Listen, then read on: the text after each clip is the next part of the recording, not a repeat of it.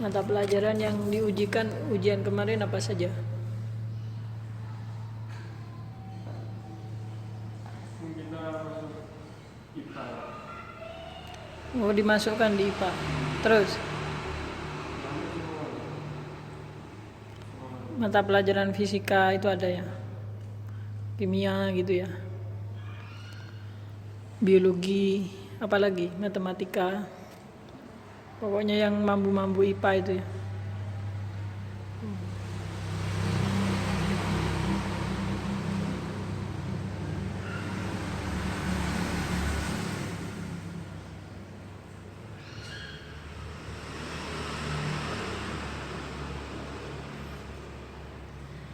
Sebenarnya ada MA itu namanya MA keagamaan. Itu materinya ya mungkin akan lebih mudah bagi panjenengan. Ada fikih, ada usul fikih, ada hadis, ada ulumul Quran, tafsir, Quran hadis, akidah akhlak itu. Jadi MA itu sekarang MA itu boleh membuka 3 jurusan. Satu jurusan keagamaan. Yang kedua jurusan IPA, IPS sama bahasa. Jadi IPA, IPS, bahasa 3 tambah 1 keagamaan. Dulu tahun 1988 di zamannya Pak Munawwir Syadzali itu ada sekolah khusus Madrasah Aliyah Keagamaan. Waktu itu Menteri Agamanya namanya Pak Munawwir Syadzali. Nah itu Munawwir Syadzali itu ulama, seorang ulama. Muridnya Kiai Wahid Hasyim, bapaknya Gus Dur. Jadi Pak Munawwir Syadzali itu salah satu dia belajar itu kepada bapaknya Gus Dur ini. Namanya Kiai Wahid Hasyim. Nah itu ulama, beliau itu ulama. Lalu itu cita-citanya itu ingin bahwa sekolah aliyah di bawah Kemenak itu bisa menjadi ulama. Sekolah aliyah, lulusan sekolah aliyah itu bisa jadi ulama. Maka itu diadakanlah Madrasah Aliyah Keagamaan yang itu jadi mulai kelas 1 sudah belajar agama dan seperti ngaji kitab kuning karena materinya semua bahasa Arab. Ada ulumul Quran, bahasa Arab semua. Quran hadis, bahasa Arab semua. Sehingga masuk ke situ itu dulu seperti orang masuk ke UIN. Seperti orang masuk YIN, dites dulu. Seperti orang masuk ke perguruan tinggi Islam negeri, dites dulu. Kamu kalau nggak lulus nahkunya nggak bisa masuk. Kamu nggak lulus dirinya nggak bisa masuk. Nah, itu canggih. Nah saya menangi ini. Saya menangi yang ini, MAK itu. Dari kelas 1 sampai kelas 2 yang ngaji kitab. Saya kalau ujian fikih dulu ya, kalau nggak baca Fathul Qorib ya baca ini. Ya, teman-teman saya ciri-cirinya itu kalau jawab itu diberi marojiknya. Misalkan jawaban ini dari marojik kitab ini begitu. Itu benar-benar alim. Sehingga waktu itu lulusan kami itu ditakuti orang. Jadi daftar di UIN Malang itu tidak pakai tes. Kenapa? Karena materi kita kelas 1, kelas 2, kelas 3 itu setara dengan materi di UIN semester 1, semester 2 jurusan syariah, jurusan pendidikan Islam itu sudah sama. Apalagi kalau di perguruan tinggi itu soalnya pakai bahasa Indonesia, gitu waktu materinya pakai bahasa kita sudah pakai bahasa Arab. Nah, saya punya pengalaman ketika saya waktu masih itu kelas 2 aliyah. Itu ada teman saya, senior saya itu sekolahnya di Setit Raden Rahmat sini, jurusan IPS. Lulus lalu sekolah di Setit ini. Nah dia sudah semester akhir, sudah ya katakan seperti sekarang Pak Syufaat itu. Ada namanya UNC, ujian negara. Nah itu materinya karena dia itu sekolah tinggi ilmu tarbiyah, maka ada materi ilmu hadis, ilmu tafsir, usul fikih, begitu ya. Dan itu pertanyaan-pertanyaannya pakai bahasa Indonesia, dia nggak ngerti. Soalnya itu dibawa ke saya, dibawa ke pondok dan diberitahukan saya, coba kamu jawab ini. Nah pertanyaannya begini, saya masih ingat. Siapa yang tokoh yang pertama kali membukukan hadis? Jadi itu begitu. Nah, saya ingat pertanyaan itu ketika saya aliyah itu pakai bahasa Arab. Pertanyaannya bunyinya gini. Man awwalu man dawwanal hadis?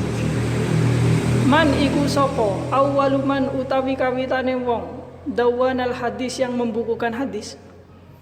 Nah, itu ada di kitab itu.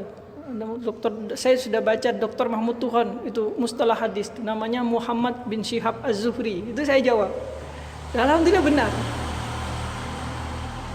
Itu seperti itu. Itu programnya Pak Munawir Syadali, tapi per tahun 2004 saya lulus 2005, per tahun 2007 apa 2008 MAK ini dihapuskan.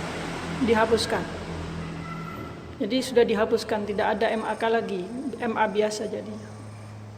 Itu kita sudah melaksanakan zaman itu mulai tahun 90. Jadi itu pertanyaannya man awwalu man dawwanal hadis?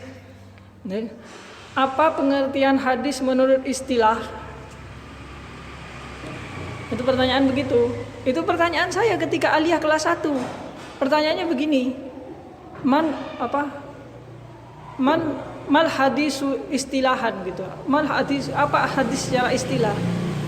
Kita jawabnya itu kullu ma udhifa ilan nabi min qaulin wa fi'lin wa takririn wa sifatin. Nah, itu kalau menurut ahli hadis. Kalau menurut ahli fikih kullu ma udhifa ilan nabi sallallahu alaihi wasallam min qaulin wa sifat wa min qaulin wa fi'lin wa takririn wa sifatin mimma yuta'abbadu bihi. Itu begitu. Jawabannya sudah begitu. Sehingga sekarang ini sejak Menteri Agamanya Lukman Hakim Saifuddin itu dibuka lagi MAK ini, Madrasah Aliyah Keagamaan. Nah, Madrasah Aliyah Keagamaan ini dibuka lagi gitu. Cuman masyarakat sekarang sudah jarang yang membaca itu, bahwa dibuka itu gak dengar kabar. Makanya saya sempat ketika diajak berbincang-bincang masalah gimana aliyah ke depan ini, saya usul waktu itu, sempat usul jadikan saja MAK. Oh, ngajinya sama seperti ini. Kalau sampean kapan lah tak bawakan buku yang dipakai, buku paket yang dipakai ketika saya masih aliyah. Itu ulumut tafsir itu masih ada sampai sekarang di rumah. Itu yang saya baca-baca lagi itu rangkuman dari Manak Koton, rangkuman dari Manahilul Irfan, rangkuman dari Al-Itqan fi Ulumil Quran, begitu. Nah, itu sekedar semangat saja. Itu karena cita-citanya Pak Munawir Syadali, itu Menteri Agama tahun 1988 itu ingin bahwa proyeksinya ke depan Madrasah Aliyah yang jurusan keagamaan itu bisa sudah menguasai ilmu-ilmu yang keislaman itu, ilmu Quran, ilmu tafsir dan sebagainya. Kita hafalan, makanya saya merangkum satu malam. Saya kemarin lalu, seminggu yang lalu saya merangkum ilmu hadis. Ini rangkuman dari Dr. Mahmud Tuhan. Ini saya rangkum satu malam. Itu saya buat seperti peta konsep. Jadi materi selama 3 tahun ini kamu kalau ulumul hadis ini ditambah lagi kesejarahan di atasnya ini. Sebelum ini ada bahas sejarahnya ilmu hadis, siapa yang pertama kali. Terus ini macam-macamnya hadis, misalkan hadis itu ada hadis mutawatir, hadis ahad. Hadis mutawatir itu ada 2 bagian, hadis ahad itu ada 3 bagian, begitu. Ada hadis yang ditolak, ada hadis yang diterima. Ini kita sudah biasa berbahasa Arab. Itu begitu. Jadi waktu itu saya semangat, senang. Apalagi guru-guru saya itu ada yang ustadz sudah alim-alim begitu. Jadi kadang-kadang satu buku itu, satu bab dirangkum jadi 1 papan selesai. Jadi kalau ada 4 bab berarti 4 kali pertemuan selesai. Dan itu model-model seperti itu adalah model-model seperti di Al-Azhar, begitu. Model rangkuman begitu. Jadi kalau dosen saya kalau yang alumni Al-Azhar itu kitab ini dirangkum. Baru rangkuman ini mau dihafalkan silahkan, mau baca, pokoknya ketika ujian kamu harus bisa jawab. Begitu. Jadi itu begitu. Coba nanti ya yang kelas 3 kalau ini memang diterima usulan saya, yang kelas 3 kan nggak menangi, tapi kelas 2 kelas 1 muka-muka masih menangi. Silakan. Dan itu senang. Ilmu-ilmu seperti menjadi waktu itu saya ingat ketika ujian kelas 2 itu bab tentang ghasab. Babul ghasab. Itu apa itu ghasab? Itu kami ngambil dari Fathul Qorib. Ghasab huwa istilah umal ghair. Lalu ada bai, ma huwal bai'u luwatan wastilahan. Itu saya juga ngambil dari Fathul Qorib.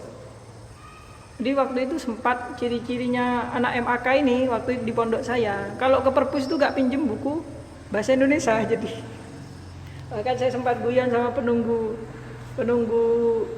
yang nungguin di perpustakaan, itu perempuan, kalau nggak salah orang Boto juga tangga saya, banyak dulu dari Boto ke sana.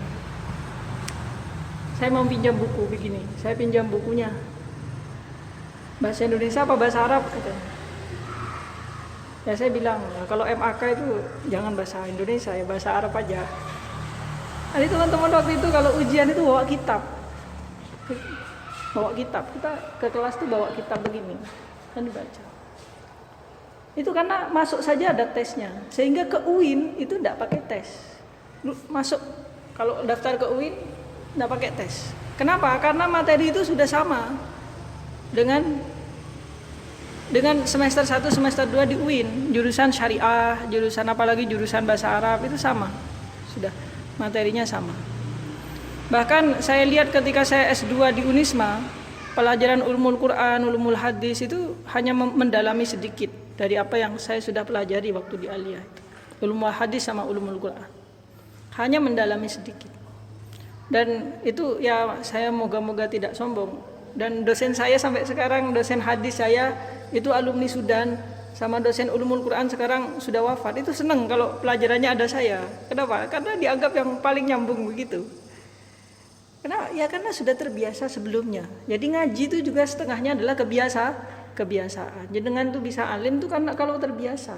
Tidak mungkin panjenengan tuh tidak bisa faqih, tidak bisa menjadi seorang faqih, orang yang mendalami agama kalau panjenengan tuh ngajinya nggak temenan. Seorang faqih, orang yang faqih itu artinya faham yang mendalam, ya, faham yang mendalam. Itu namanya faqih. Liya tafaqquhu fiddin, tafaqquh ya tafaqquh tafaquhan itu. Itu orang yang mendalami agama. Lah pendalaman agama ini tidak boleh hanya remeh-temeh begitu ya. Jadi benar-benar harus butuh belajar, butuh waktu, menyediakan kesempatan, menyediakan waktu, menyita pikiran. Itu gitu. Itu namanya tafaqquh. Sampun nggih, saya mulai mboten napa-napa nggih. Ini yang perempuan masih ada yang belum datang.